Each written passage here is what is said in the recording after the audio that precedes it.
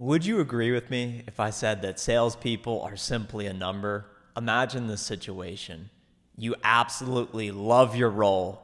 You've been an account executive for 18 months at one of the best software companies in the entire world. You're 80% of the way to hitting your promotion target, to going from account executive to senior account executive.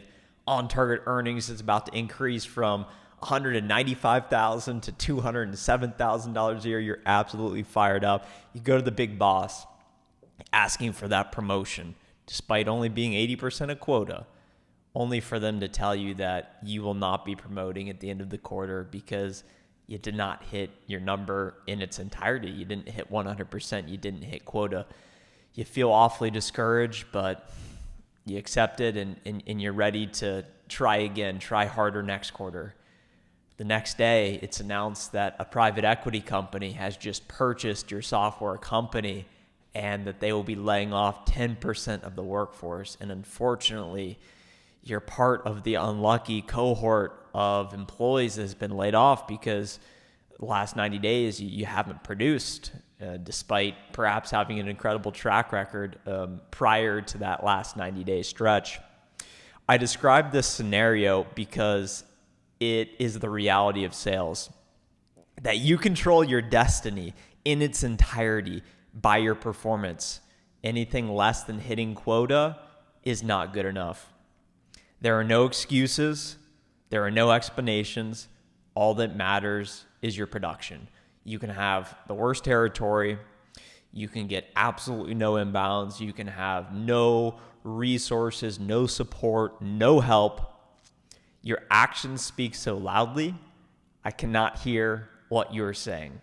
All that matters is that number at the end of the week, end of the month, end of the quarter. This is the reality of sales, and it's beautiful because the result of your quota attainment is binary. Either you hit quota or you don't hit quota. If you hit quota, you are celebrated. If you don't hit quota, you are at risk of losing your job. I share all this because this is a wake-up call for salespeople that many of you need to hear right now. I don't share this to be mean. I don't share this to act like I know something that you don't. I think we all intuitively feel this.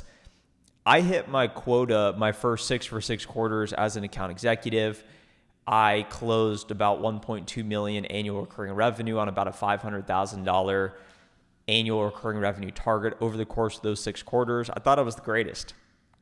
And then I missed my quota for the first time in about 3 years.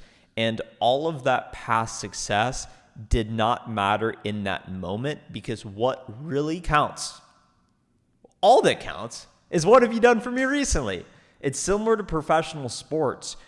You can have an incredible season, Kyrie Irving, Dallas Mavericks, and then all of a sudden, NBA Finals, you don't show up, and everyone's questioning, okay, why aren't you playing as well as we know you're capable of playing? And then the blame is now on you.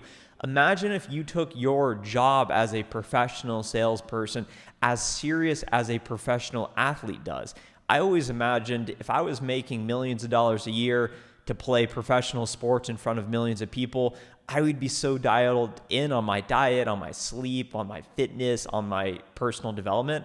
Whereas when I'm making a few $100,000 a year selling software, why am I not taking that as serious as I imagine I would as a professional athlete? So I think of myself as a corporate athlete. I take everything very seriously. I was writing down in my journal this morning, all of your decisions ought to orient towards production. Will this cold brew coffee help you sell more software? Will going to bed at 9 p.m. versus going to bed at 11:30 p.m., which decision will help me sell more software? And that is the paradigm in which I approach my life in and outside the office. How will this decision help me sell more software? As soon as your production falters, there is a course correction that must be done.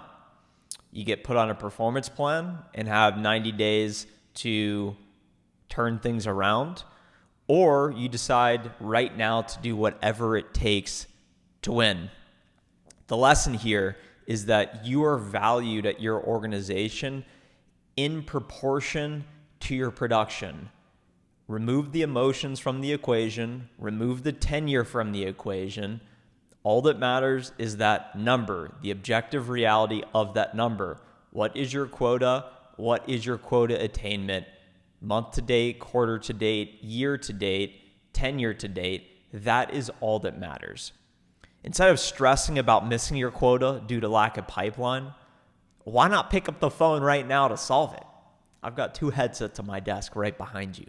Instead of just hoping to get promoted to the team that you want to join next, why not set up time with the leader who can influence your career? Instead of worrying about whether you'll ask the right discovery questions and appear knowledgeable, why not spend 15 minutes researching before your meeting? Proactive daily urgency is much greater to your chances of being successful than reactive passive assumptions. I want to finish this video by talking about the 3 main considerations that really matter when it comes to hitting your quota and focusing on what really matters, which is your production. It's what is your quota target, what is your promotion target, and then the big 3 focuses during the day: pipeline generation, pipeline health, continuous improvement. Beginning with your quota target, what is your assigned quota this month, this quarter, and then how does it add up over the course of the year? You can't think about things in terms of, well, I could do 0% quota attainment in Q1, but have 200% quota attainment in Q2. Therefore, I'm 100% quota attainment biannually in those first 2 quarters. You could think about it like that, but what really matters is linearity, having predictability, forecasting, and being very consistent. So what would it take for you to hit your quota each and every quarter? It's like Kobe Bryant in an NBA game, and I keep using the basketball analogies because I watched the NBA Finals last night. You know that when you're going into the game, his average 24, 25 points, 7 rebounds, 6 assists, that is his baseline. That's his expectation. Those are the standards he set for himself. What is your average as far as quota attainment? Do you consistently average below average results, 60% to quota? What is your number? And then what would it take for you to actually hit your number? And if you think about the role of a CEO at a public company, nothing really matters more than that company stock price. Of course, you have customers to satisfy, you have employees to delight, you have the shareholders who care about the stock price. You have a lot of different variables that matter, but what really, really matters, what that leads to is the stock price. Because if the stock price is going up, generally everything's going pretty well. If the stock price is going down, things are not going well. As a sales rep, if you hit your quota, things are going well. And if you don't hit your quota, things are not going well. And that is a fundamental truth of working in sales that we all must embrace and use that reality to be our best selves, to show up and produce in the highest capability that we can do. The next number, your promotion target. You may want to continue to promote and make more money in your sales career. That's great. I want all those things too. We must figure out a way to hit our quota consistently, but not only hit our quota, exceed our quota. So rather than setting your targets on just hitting your quota, $100,000 a quarter, what number do you need to hit to promote? Is it $125,000 a quarter? All right, great. So what is your target going to be? Is it going to be 100,000? Is it going to be 125,000? Or maybe you set it at 155,000 because that's in excess of your promotion target. I would always think about my quota in terms of setting a stretch target beyond my promotion target, beyond my current capabilities, because even if I come up short on that target, it's going to put me in the best position possible to promote and continue to climb up the corporate ladder to achieve my goals. So if your quota, let's say, is $1.5 million, break this down. Do you got to close 10 $150,000 deals?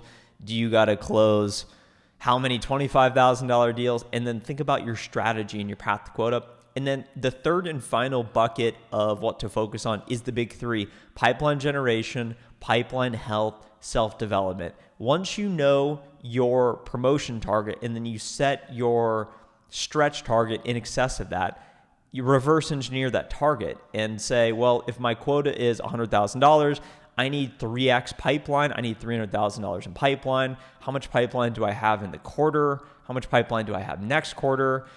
How many meetings am I setting a week? What is my average deal size? All right, I got to get on the phones because I got to get some more pipeline to close that gap. Because if you don't have the pipeline, it doesn't matter how great you are as far as win rates, you're never going to hit your quota. Once you have the pipeline, you focus on pipeline health. This is looking at all of the deals that you're forecasting to close this month, this quarter. When do we have the close date? What is the compelling event? Why would they go with us? Why would they not go with someone else? Why do they have to do anything right now? This is looking at all of your deals, making sure you have scheduled next events, and identifying where all the possible risks in this deal. And let's work together to close it, increase our ability to win the deal sooner rather than later, and maximize the deal value size.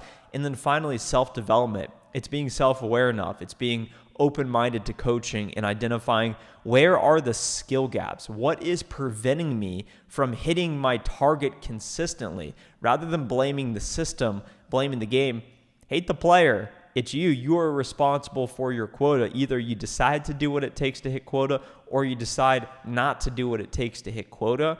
I know that this is oversimplification. I know that it may be frustrating, especially given your situation right now, but we must take responsibility as sales reps, not only as far as hitting our quota and doing whatever it takes, but also in our development as a professional salesperson, seeking out the knowledge we need to close the skill gaps to be more successful. In today's video, we talked about whether you are just a sales number or not. I will let you be the judge on that one. Hopefully this is a wake-up call to look yourself in the mirror and recognize, look, what matters most is my number. This is a beautiful thing. It's going to push me to be my best, and you got to do whatever it takes to be successful.